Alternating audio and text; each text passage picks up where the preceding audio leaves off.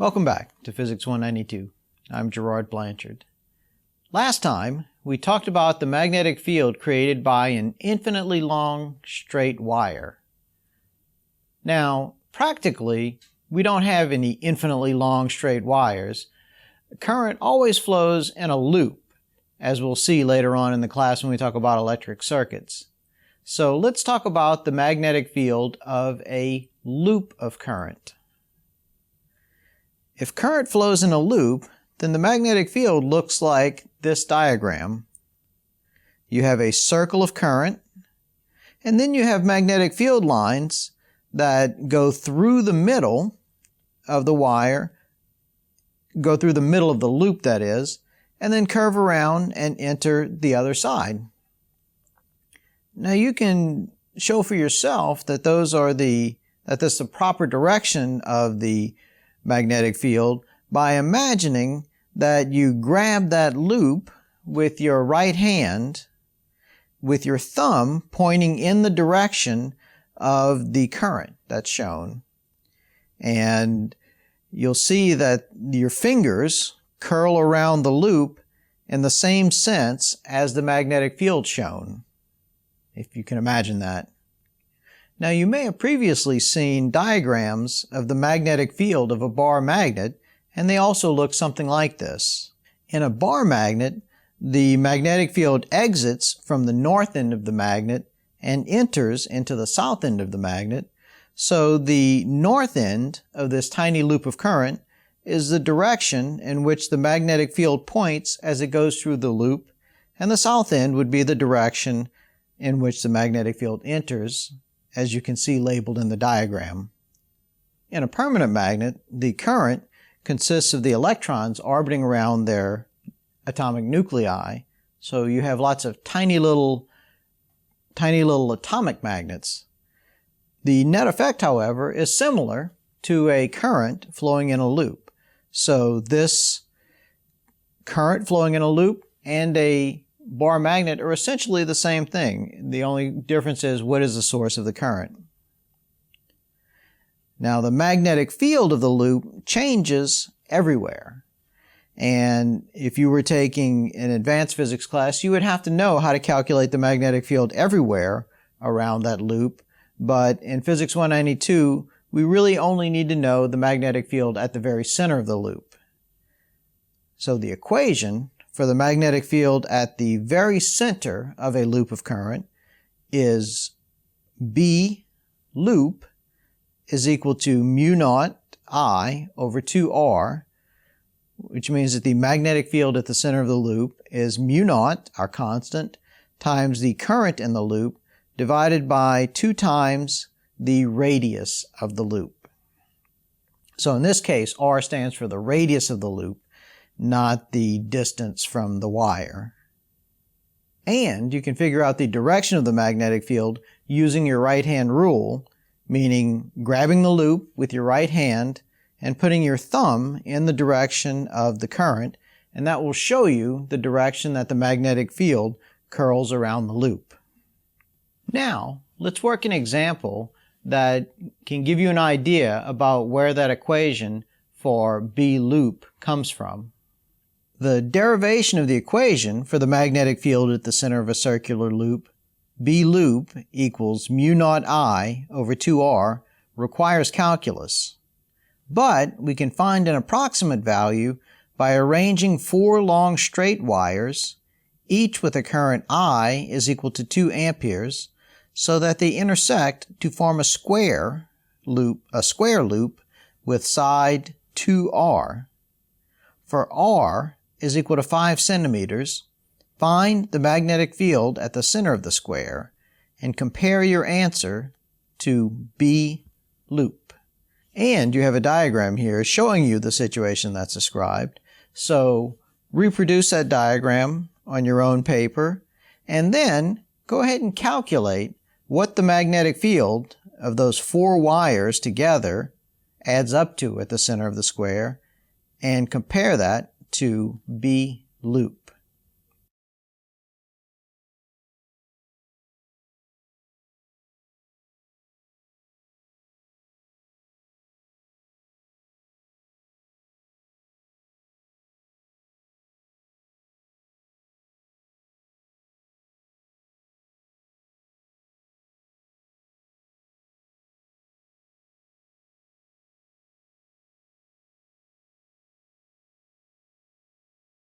Okay, here are our wires.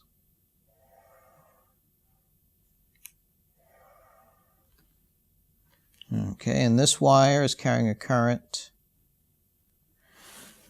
I is equal to 2 amperes, and this wire is also carrying a current I, and this one is carrying a current I, and I.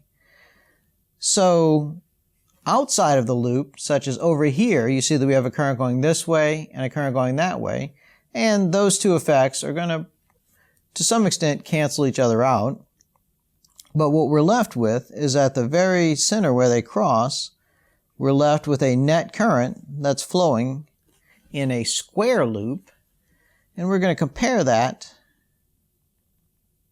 to the magnetic field that we would calculate from B loop if instead of a square we had current flowing in a circular loop. So the radius of the loop is R, which is equal to 5 centimeters or 0.05 meters. And remember that B loop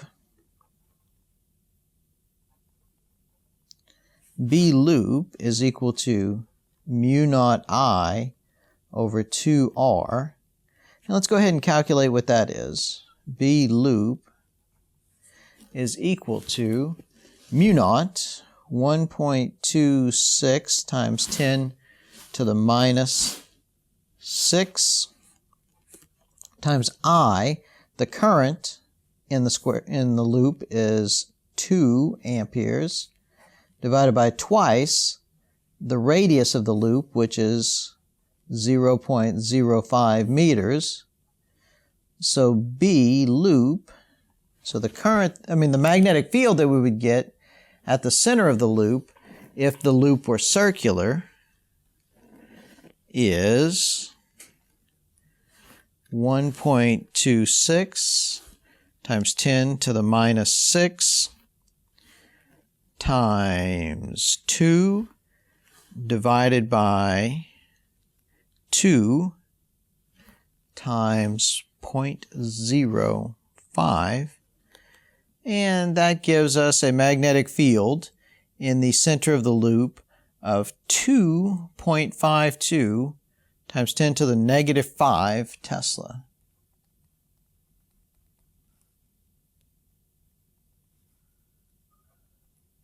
So if we had a current flowing in a circular loop, the magnetic field at the center of the loop would be 2.52 times 10 to the 5 Tesla.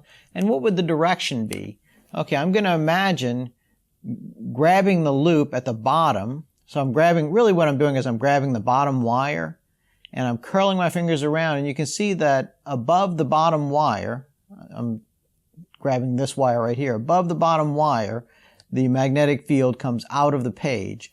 So the magnetic field would be 2.52 times 10 to the minus 5 Tesla out of the page.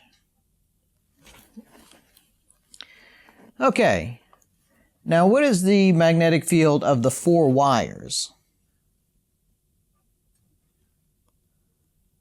Magnetic field of the wires. Now what is that?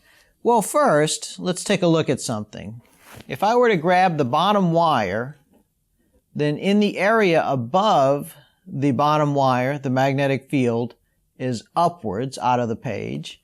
If I were to grab the top horizontal wire, then in the area beneath the top horizontal wire, the magnetic field is up out of the page.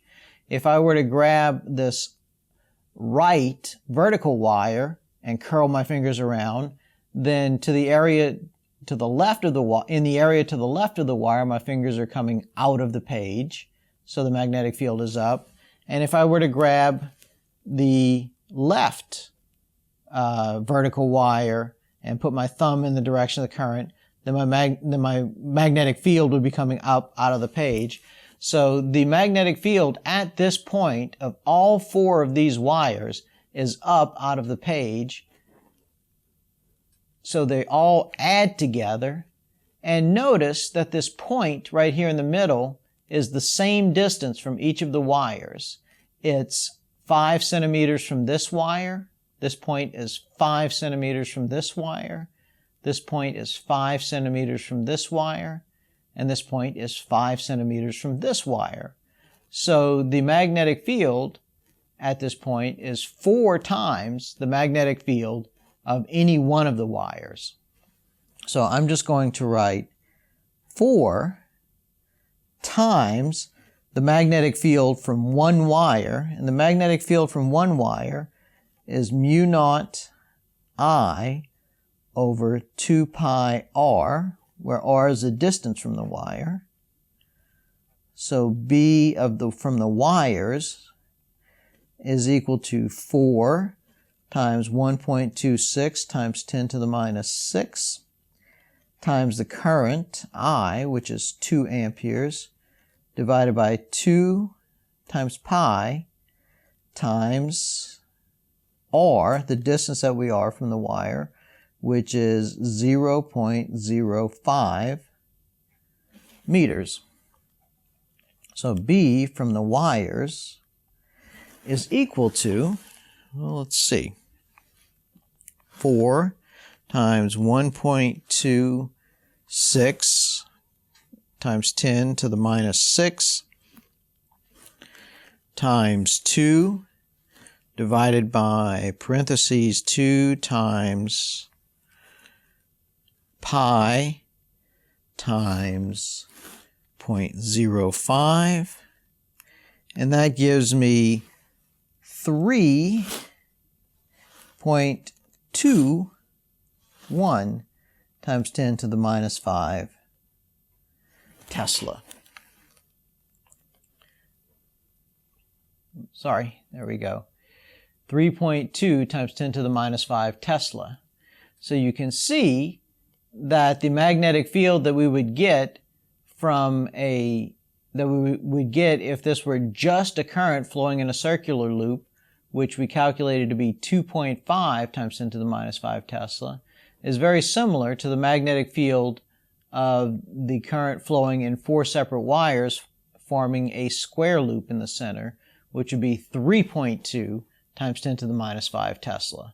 So a little different, but very close to the expression for B loop. Now, another common configuration of current that you'll see for the purpose of generating a magnetic field is the solenoid. And what a solenoid is basically a cylinder wrapped with a wire carrying a current. Here you can see a picture of a solenoid, which, as I said, is basically just a cylinder with wire wrapped around it. And now what that is essentially it's a bunch of loops of current. The benefit of a solenoid is that inside of the solenoid, as you can see in this diagram, the magnetic field is very nearly uniform. Or in other words, constant. So if you want to generate a constant magnetic field, a solenoid can get you pretty close to that. The magnetic field inside of the solenoid we can calculate with the equation B sub S, or B for solenoid, is equal to mu naught times the current flowing through the solenoid times N divided by L, where N is the number of wraps of the wire, the number of times that the wire wraps around the cylinder, and L is the length of the solenoid. So the magnetic field inside of the solenoid depends on the current. Well, it depends on mu naught times the current that flows in the solenoid. More current means more magnetic field. Also, the number of times that you wrap the wire around, or the number of loops that you have, increases the magnetic field.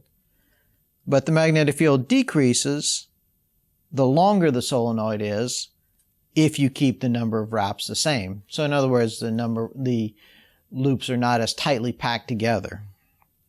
So the magnetic field inside of a solenoid, B sub solenoid, is equal to mu naught times the current times N divided by L. And we're going to use that equation later on. So far, we've talked about electric fields and how they're created by electric charges. We've talked about magnetic fields and how they are created by electric currents. Now we're going to talk about the relationship between electric fields and magnetic fields. And it turns out that magnetic fields can create or induce electric fields, and vice versa. Electric fields can induce magnetic fields. Let's take a look at how that happens. I would like you to take a look at this diagram of a conductor, a metal rod that is moving to the right through a magnetic field that's pointing into the page. Now, what makes a conductor is that it has free charges that can move around. And normally those free charges are going to be the electrons of the atoms that make up the conductor. So that as that conductor moves to the right through that magnetic field that's into the page, you can use your right-hand rule, point your right thumb to the right, because the electrons in that conductor are moving to the right. Point your fingers into the screen, because the magnetic field is pointing into the screen. And your palm should be facing upwards.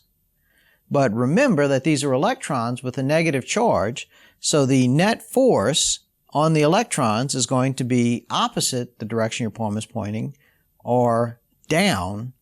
So all of the electrons in that bar, as it moves through that magnetic field, are going to feel a downward force. This downward force on the electrons is going to push the electrons down, and it's going to cause them to pile up at the bottom of the bar, and it's going to leave positively ionized atoms at the top of the bar.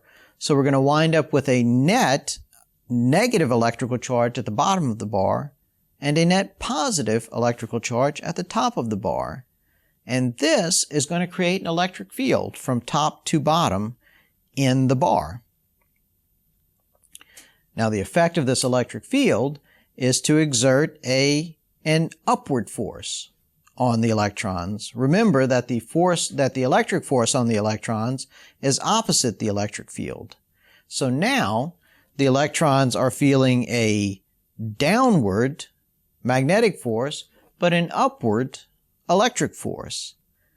So the charge in the bar and the electric field are going to grow until we get to the point that we see in the third diagram, where the electric force, the upward electric force on the electrons exactly balances the downward magnetic force on the electron, which would say that Fe is equal to Fm, or the electric force is equal to the magnetic force.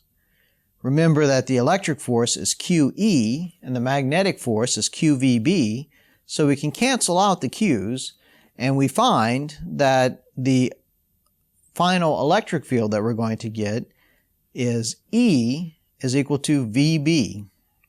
So what has happened here? We started off initially with a bar that had no electric field in it. It was moving to the right through a magnetic field.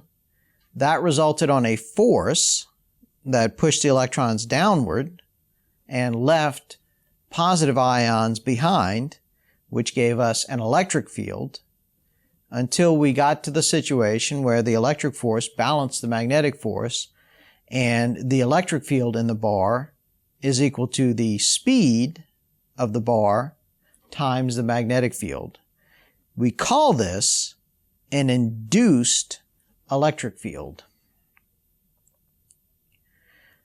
Now, since we have an electric field we have an electric field in the y direction extending over a distance L, that gives us a voltage in the bar. And the top of the bar will be at a higher voltage than the bottom. Since V is equal to negative EY times Y, if we call the bottom of the bar y is equal to 0, then the voltage at the top of the bar will be negative EY, which is minus VB, so we have two negatives that cancel out, and y at the top of the bar would be the length of the bar. So what we say is that there is an induced voltage, capital V is equal to VBL, in the conductor. Now, for historical reasons, this induced voltage is actually called an electromotive force. It's actually referred to as an electromotive force, and it gets a symbol of a little e. So the induced voltage is called the electromotive force.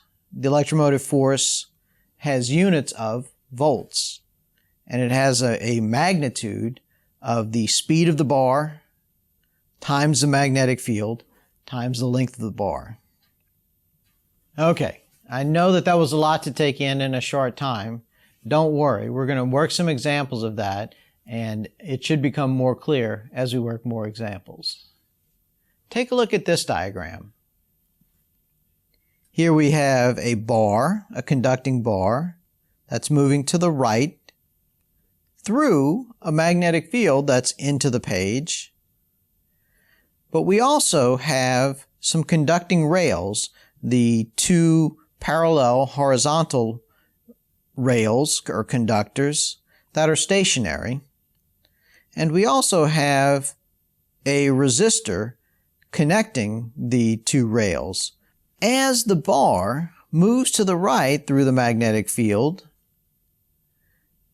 the magnetic force on the electrons in the moving bar pushes the electrons down, leaves positive charges at the top of the rail, and that induces an electric field in the rail. But now, since we have conductors closing the loop, we have an electric circuit. We have a circle through which electric current can flow.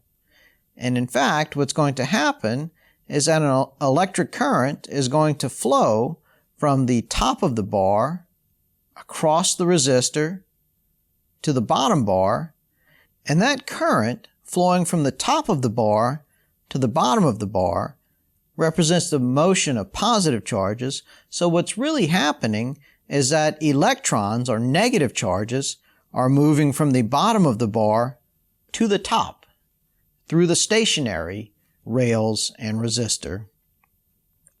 So we have a magnetic force that is pushing the electrons to the bottom of the moving bar, but since we have a conducting path from the bottom of the bar to the top, the electrons can move through the conducting path from the bottom of the bar to the top, where they once again feel a downward magnetic force, and they can move in a circle forever.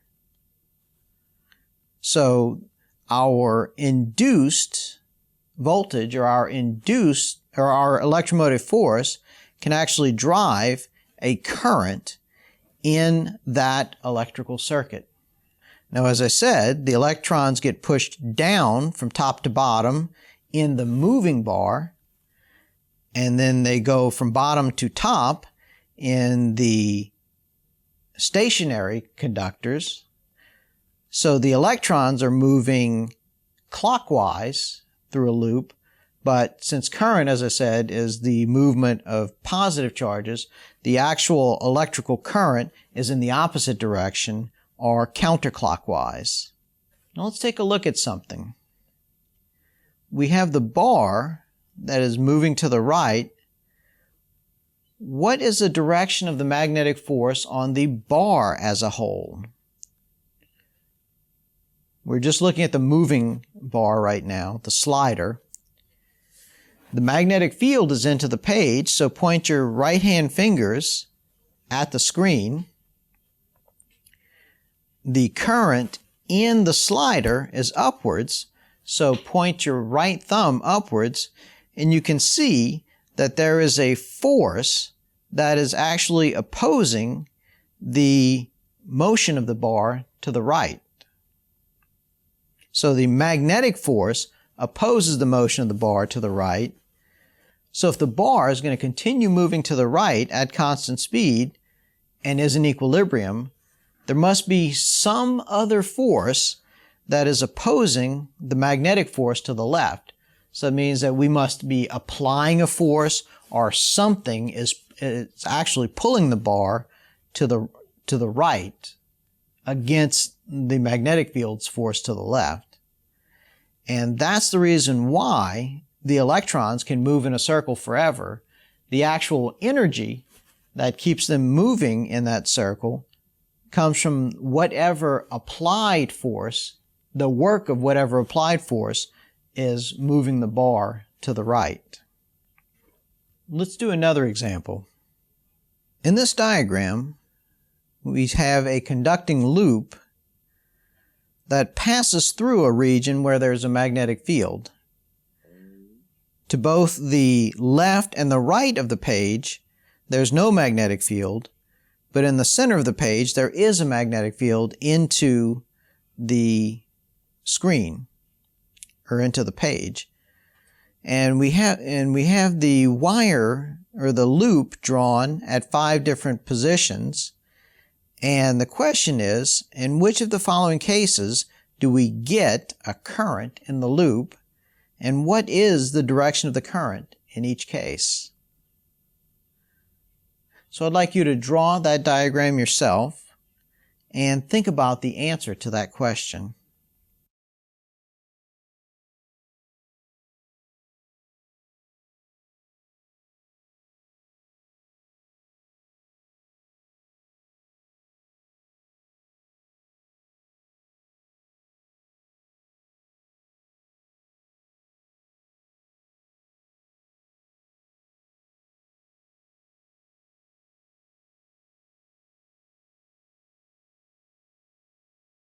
Okay, let me draw that again. There is a region of space, and I'll just draw some dotted lines there, where we have a magnetic field that is into the page.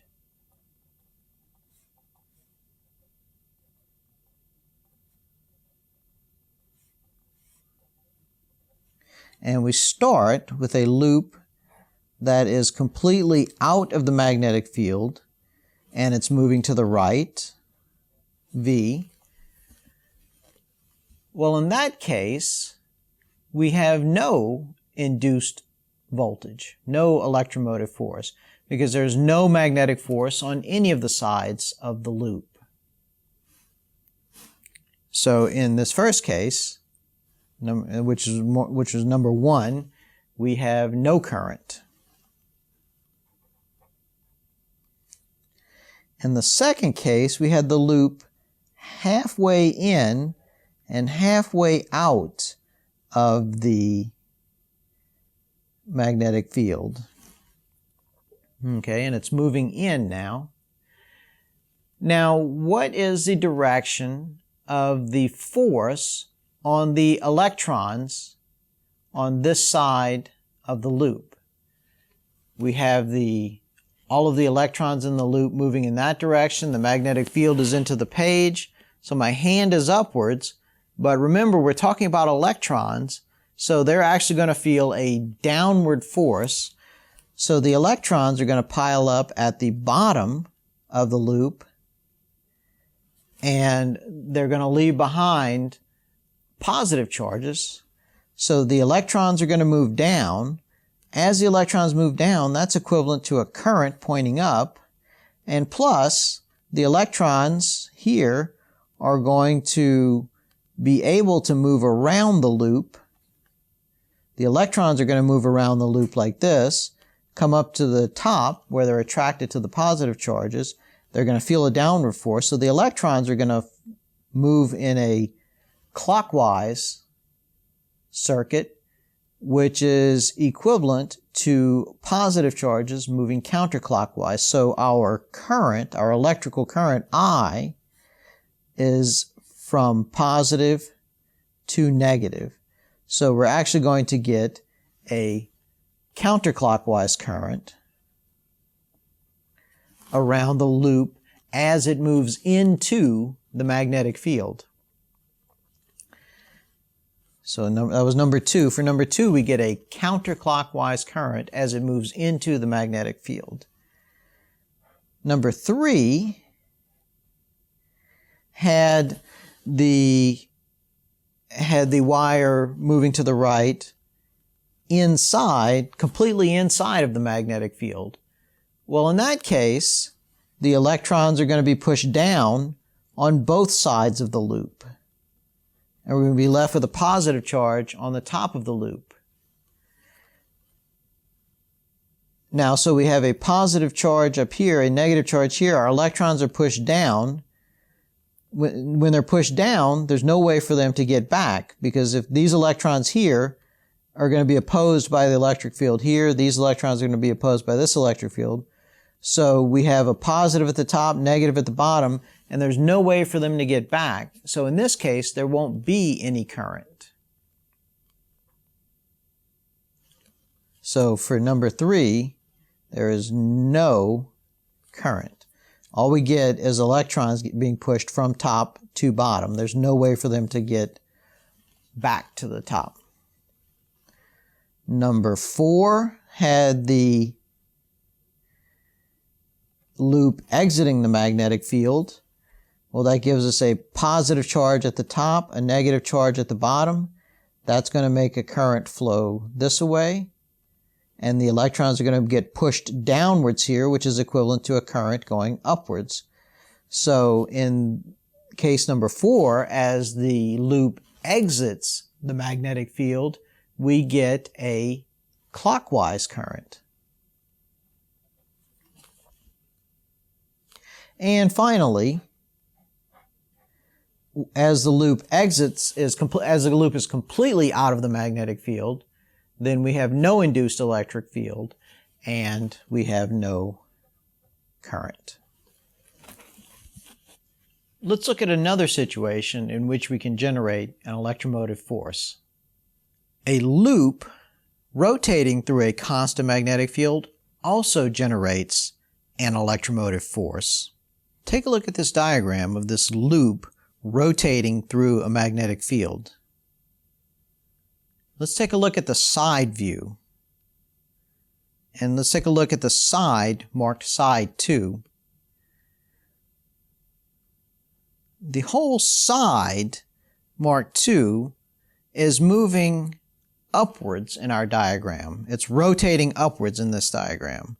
So take your thumb and point it in the direction of V on side 2.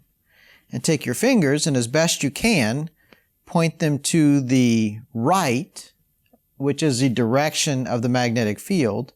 And you can see that all of the positive charges in side 2 will feel a force into the page, and the negative charges will feel a force in the opposite direction. So in side 2, the positive charges will be pushed into the page, and the negative charges will be pushed out of the page. Or in other words, we're going to wind up with the situation where we have a positive charge building up on the side that's into the page and a negative charge building up on the side that's out of the page. And we're going to have the opposite situation on side 4. On side 4, where we have it rotating downwards through the magnetic field, point your thumb in the direction of V and your fingers in the direction of the magnetic field, and you can see that positive charges are going to get pulled out of the page and negative charges are going to get pushed into the page. Now with that in mind, take a look at the diagram on the left-hand side again, and you can see that on side 2, we're going to push positive charges to the right and negative charges to the left. And on side 4, we're going to push positive charges to the left and negative charges to the right, and we can actually continually drive a current. In other words, positive charges enter through one side, enter through the wire leading to side 2, get pushed to the right, travel up the wire connecting side 2 to side 4, and then they get pushed back to the left through side 4, and as long as that wire keeps rotating, we can continually drive a current. So at this point, all that you have to realize is that a loop rotating through a magnetic field also generates an electromotive force. So let me summarize this and bring it all together in one idea, and that one idea has to do with the concept of magnetic flux. In all of the preceding cases, whenever there was a net electromotive force, the magnetic flux through the loop was changing. Now, what is magnetic flux? Magnetic flux is the total amount of magnetic field going through a loop. In terms of an equation, magnetic flux, which we represent with a capital letter phi sub m, so phi sub m is equal to N times B times A times sine of theta, where N is the number of wraps or loops of wire. Now in our examples, N was always 1, but you could also have your wire wrapped around multiple times. So the number of wraps of wire times B, which is the magnetic field strength, times A, which is the area of the loop, and then sine theta is the angle between the plane of the loop, between the face of the loop, and the magnetic field. So, in all of our examples, whenever we had an electromotive force, one of those was changing. Either the area of the loop that was cutting through the magnetic field, or the angle. And so the basic idea that we're getting to here is that whenever the magnetic flux through the loop changes, that's when we get an electromotive force. Now, one more thing. The magnetic force, this quantity of B times A, magnetic field times area, or Tesla's times square meters, is actually given its own name, and that's the Weber. And we symbolize that with a capital W and a B. So magnetic flux is measured in Webers. Magnetic flux is the number of loops in a wire times the magnetic field times the area of the loop times the sine of the angle between the face of the loop and the magnetic field. And next time I'm going to show you that the electromotive force is related to a change in the magnetic flux through the loop. Until then, think physics.